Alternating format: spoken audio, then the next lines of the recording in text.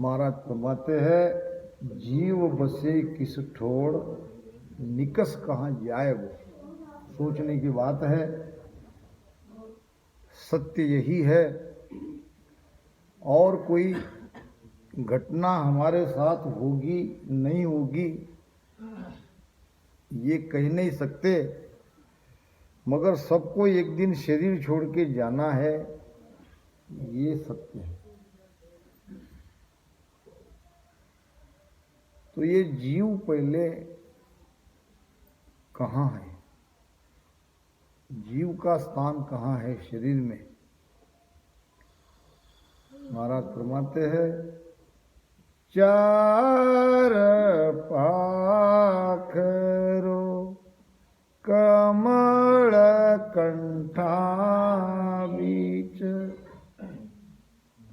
चार पाखो कमल कंठा बीच।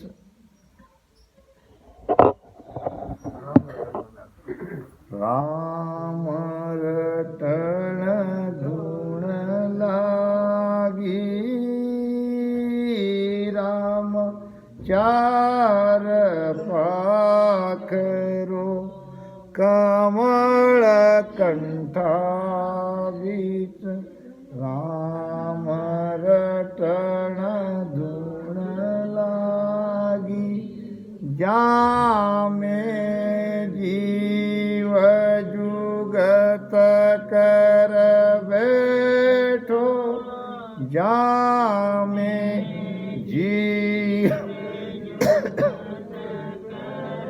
बैठो, सर्व सुआद रस पागी होगी गन में, भंवर गुंजाना बे। कोई सुनता हो गुरु ज्ञानी, हो जी तुम जानत हो, ब्रह्म ज्ञानी होगी गन में, भंवर गुंजाना। आत्मा जीव भाव में आई, वो किस लिए, कहाँ से आई, क्यों आई। महाराज कहते हैं, क्या दुख था ब्रह्मलोक में, क्या सुख थावा नाय। क्यों तजिया वो धाम हो, क्यों पड़ियो फंद माय। विचार करो, ये फंद ही तो है। ये त्रिगुणी माया के फंद में ये जीव बंधा है। ये फंद में हमको किसने बांधा। इसके पहले हम कहाँ थे। ब्रह्म जहाँ सुन सुख दुख नाही, लेना एक न देना कहीं, ता कारण यो खेल बनायो, पांच भूत कर संग हुए आयो। कहाँ थे हम, ब्रह्म में। क्यों आए, तो वहां सुख नहीं था, दुख नहीं था, वहां व्यवहार नहीं था। व्यवहार किसे कहते हैं, विषयों का सुख लेना, पांच विषयों का सुख लेना, इसे ही कहते हैं व्यवहार।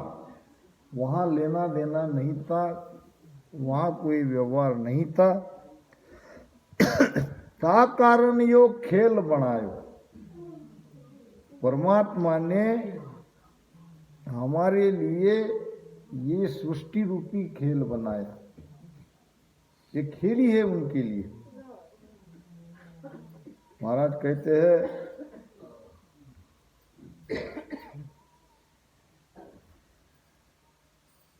तीन लोक बाजी हर मांडी, जन्म मरण है गेलो, मेरे रामा जन्म मरण है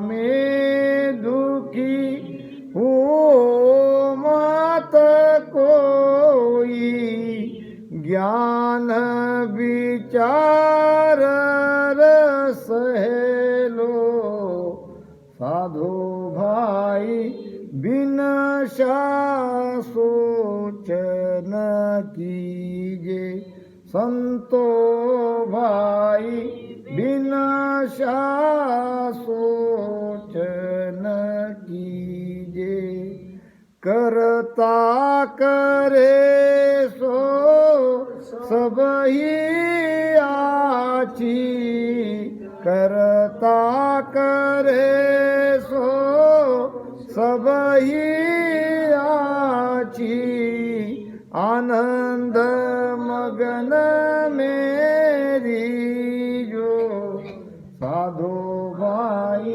बिन सोचन कीजे, संतो भाई बिन सोचन कीजे। इस सत्य को समझो। जब कहीं किसी परिवार में मृत्यु होती है, जैसे कि यहाँ इस परिवार में हमारी माता जी धाम पधार गई, तो इस सत्य को समझना पड़ेगा। जैसे सेठ साहूकार के पास हम धन सूद पे लेते हैं, ब्याज पे लेते हैं, तो कोई वस्तु गिरवी रखते हैं कि नहीं? और गिरवी रखने के बाद जब पैसा आता है तो उसका पैसा ब्याज के साथ देकर हमारी वस्तु हम चुरा लेते हैं। अब जब हम हमारी वस्तु ले जाते हैं तो सेठ दुखी होता है नहीं? क्योंकि सेठ को तो आनंद है कि भाई जिसकी वस्तु थी वो अपनी वस्तु लेके गया, पैसे दे गए। अब ये हमारे शरीर में जो आत्मा है ये परमात्मा की है। जब तक उसे चाहे वो तब तक यहाँ रखेगा। एक तरह से गिरवी तो है हम यहाँ। अब जब चाहे वो अपनी वस्तु वापस ले जाएगा। हमारा क्या गया? हम रोते हैं। ये माया रोती है, ये मोह रुलाता है, ये ममता रुलाती है। वास्तव में सत्य यही है। परमात्मा ने अपनी वस्तु अपने पास बुला लिया, अपने पास वो ले गए, तो इसमें हमारा कुछ गया नहीं, हमारा कुछ जाता नहीं। मगर अज्ञानवश इस सत्य को हम न समझने के कारण रोते रहते हैं। करता करे सो सभी अच्छी। हम कहीं से भी उनको, परमात्मा को दोष दे नहीं सकते। उनका जो निर्णय है वो एकदम सत्य है। जब चाहे वो न बूढ़ा देखता है, न जवान देखता है, न बच्चा देखता है। जिसको जहाँ जब चाहे उसको वो बुला लेता है। और हम रोते हैं तो दुखी मत वो, रो मत। साधो भाई बिनस्या सोचन कीजिए। विनाश होने वाली वस्तु एक दिन वो विनाश होगी। आए है सो जाएंगे राजा रंक फकीर। एक सिंहासन चढ़ जात है, एक बंद जात जंजीर। करता करे सो सभी आची, आनंद मगन में रीजे। तीन लोक बाजी हर मांडी, जन्म मरण है गेलो। इसको समझो क्या है अभी। गेला कहते हैं रास्ता को। ये तीन लोक है, ये दुनिया, ये मृत्यु लोक है। ऊपर स्वर्ग है, नीचे पाताल है। और ये तीन लोक बने हैं जीव के लिए। जीव ये तीन लोक में ही रहना चाहिए। इसके लिए ये तीन देवता शक्ति हमेशा तत्पर रहते हैं।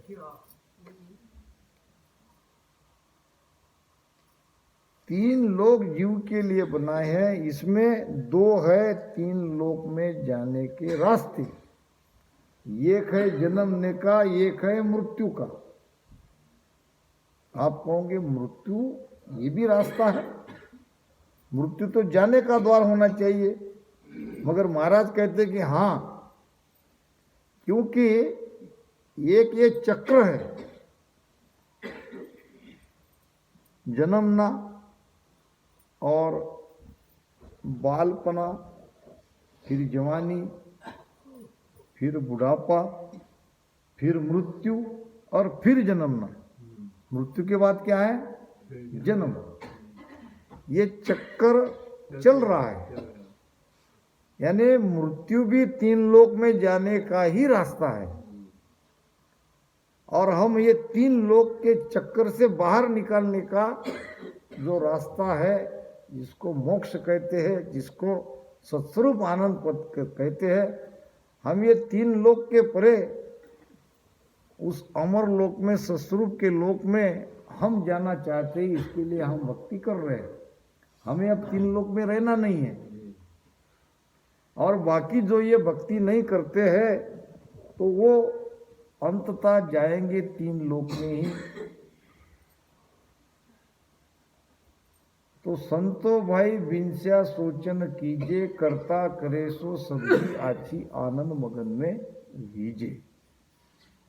तो ये जीव, जब जीव नहीं बना था तब था परमात्मा के पास, वहाँ सुख नहीं था, दुख नहीं था। परमात्मा सबके पिता है। जैसे हर एक पिता को लगता है कि हमारे बेटे को सुख मिले, वैसे ये अनंत जीवात्मा, यानी तब तो वो आत्माएं थी और परमात्मा में थी। परमात्मा पिता को भी उनकी इच्छा हुई कि मेरे सब बेटों को सुख मिले।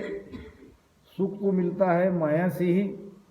माया का सुख मिलना चाहिए, इसके लिए ये सृष्टि की रचना की गई मालिक की इच्छा से। एक बार हम सर्वप्रथम उस परमात्मा की इच्छा से इस दुनिया में आए और बाद में अपनी इच्छा से यहाँ जन्म लेते रहे, मरते रहे, 84 योनि भुगतते रहे। अब तो ऐसे यहाँ पक्के हो गए तो अब तो हम जाना ही नहीं चाहते। यही ठीक है। किसने देखा मोक्ष, किसने देखा ऐसा है, बहुत कुछ कहते हैं ना, खाओ पियो ऐश करो, यही जीवन है। इतने हम यहाँ पे पक्के हो गए कि हमको ये जीवन ही सत्य प्रतीत होता है।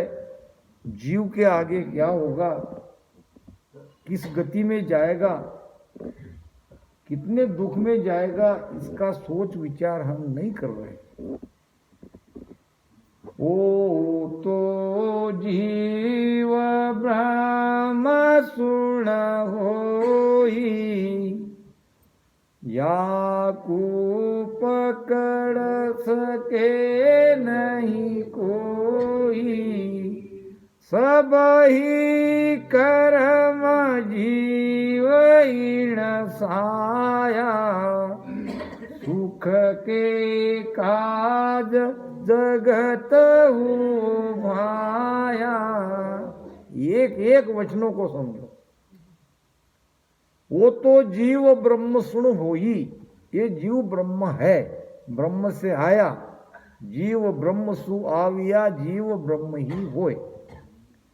अब याकू पकड़ सके नहीं कोई। जीव मुट्ठी में आता नहीं, जीव दिखता नहीं, जीव को पकड़ नहीं सकते। फिर जीव को कर्म ने कैसे पकड़ा, जीव पर कर्म कैसे लगे, जीव के साथ कर्म कैसे लगे, सोचो। जब महाराज कह रहे हैं कि जीव को कोई पकड़ नहीं सकता, तो जीव को कर्म ने कैसे पकड़ा? जीव ने कर्म को पकड़ा नहीं, हमने ही हमारे अंदर कर्ता भाव आने से हम स्वयं कर्म को पकड़ गए। हम जो जो क्रियाएं करते गए वो कर्म बनता गया और कर्म भुगतने के लिए बार बार जन्म लेते रहे, बार बार मृत्यु होती रही। महाराज कहते हैं काया कलश विसरस भरियो, कहो किसी विद छूटे, कान पान मरकट की मुठी, काल कुंजड़ो लूटे। कैसे हम काल के अंडर में आ गए, कैसे हमें काल बार बार मार रहा है, कैसे हम काल से कभी मुक्त नहीं होंगे, किसने हमको फंसाया। तो महाराज बंदर का प्रमाण देके समझा रहे हैं, इस जीव की हालत बंदर के समान है। जैसे बंदर पकड़ने वाला कुंजड़ा, जिसको मदारी भी कहते हैं, जो खेल करता है कबीर साहब कहते हैं ना,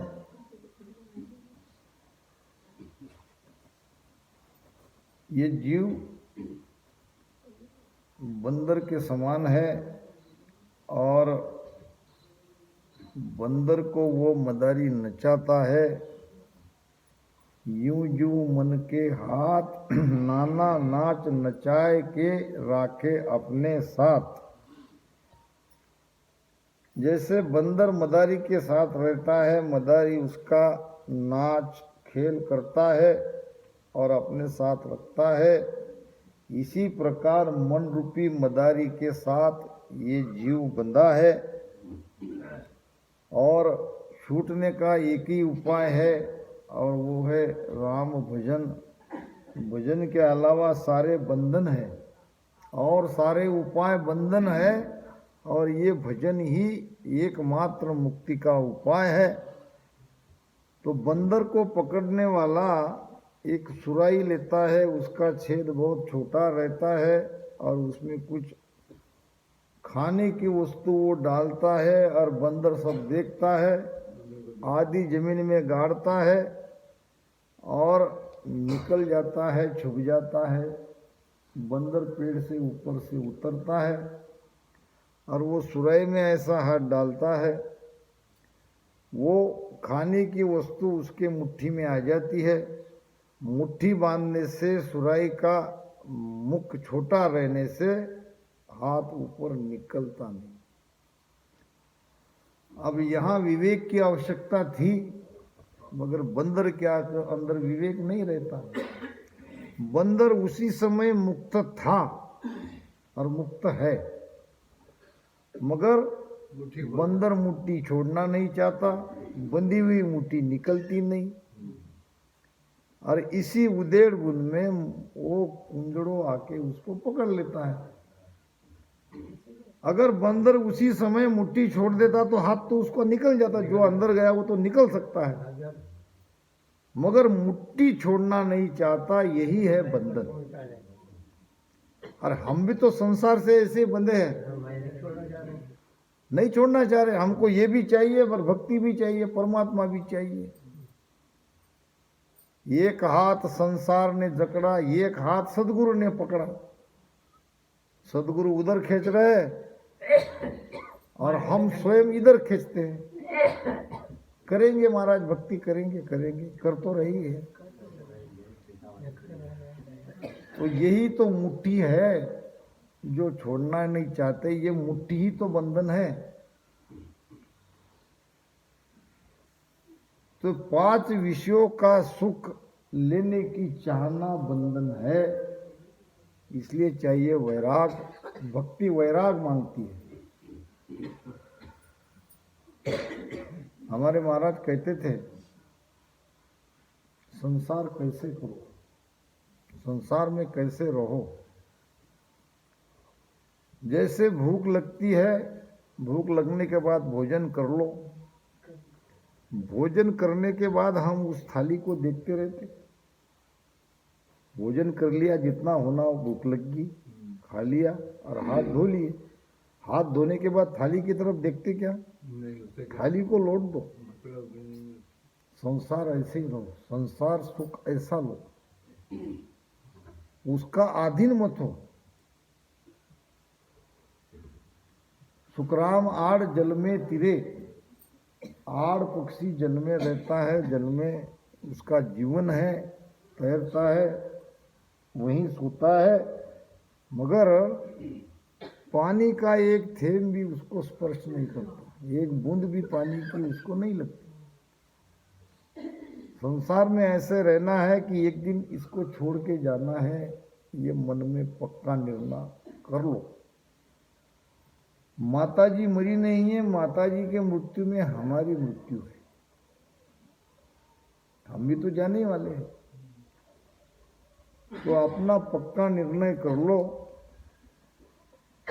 छोड़कर संसार जब तू जाएगा, कोई नहीं है साथी साथ निभाएगा।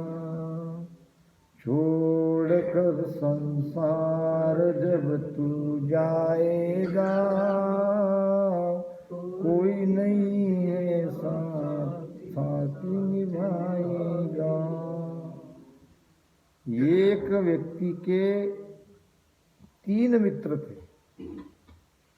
2 तो पक्के पुराने थे जिससे बड़ी गहरी दोस्ती थी, तीसरा मित्र नया नया बनाया था।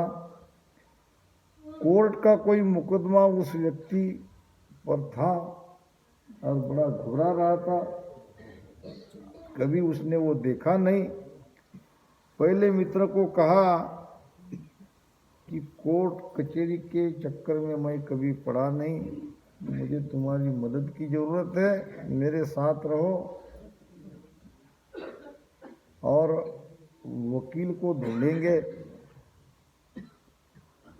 तो पहला मित्र जो सबसे प्यारा मित्र था वो कहने लगा, मैं इस काम में तुम्हारी कोई मदद नहीं करता, तुम तुम्हारा काम तुम देखो। बड़ा निराश हुआ, इतना गहरा मित्र ऐसे कठिन समय में साथ नहीं दे रहा है। दूसरे मित्र को पूछा, दूसरे मित्र ने कहा, देखो भाई, मैं कोर्ट के बाहर के गेट तक आपका साथ दे सकता हूँ, अंदर आप जानो, आपका मुकदमा जानो, हमसे लेना देना नहीं है। उसने कहा, गेट तक आके क्या फायदा, अंदर आओ, मुझे आपकी मदद की ज़रूरत है, आपकी हिम्मत की ज़रूरत है, पैसा मैं लगाऊंगा। दोनों मित्र ऐसे नट गए, एक तो कहता कि मैं आता ही नहीं, दूसरा कहता है गेट तक आता हूँ। तीसरे मित्र को कहा, तीसरा मित्र कहने लगा, जिसके ऊपर भरोसा नहीं था, नया नया मित्र बनाया था, उसने कहा, चिंता मत करो, मैं तुम्हारे साथ हूँ और मैं स्वयं वकील हूँ, तुमको मैंने मेरा परिचय नहीं दिया और वो भी नामी वकील हूँ, तुम चिंता मत करो, केस पेपर पे साइन कर दो और निश्चिंत हो जाओ, मैं केस लड़ूंगा, तुमको मुकदमा जीत कर दिखाऊंगा, तुम चिंता मत करो। ये 3 मित्र हमारे जीवन में है और तीसरे मित्र पे हम भी भरोसा नहीं कर रहे। हमारा भरोसा अभी भी 2 ही मित्र पे है। पहला मित्र है धन, दूसरा मित्र है परिवार। जब धर्मराज के दरबार में हमारा मुकदमा चलता है, जब इन शरीर से हम मर जाते हैं, शरीर छोड़ देते हैं, तो पैसा तो हमारा कमाया हुआ हमारे घर पे ही रहता है, पैसा स्मशान तक भी नहीं आता।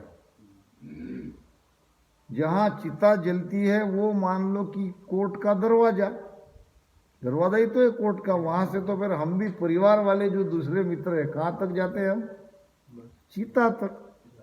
एक बार आग लग गई, चिता जलने लगी, गेट से चले अपने अपने सब। अब वहां से जो तीसरा गुरु है, तीसरा सदगुरु है, जो मित्र है हमारा, वो हमें ये 84 से, ये यमराज के कष्ट से, ये तकलीफ से, ये सारे मुकदमों से वो बरी करवाता है।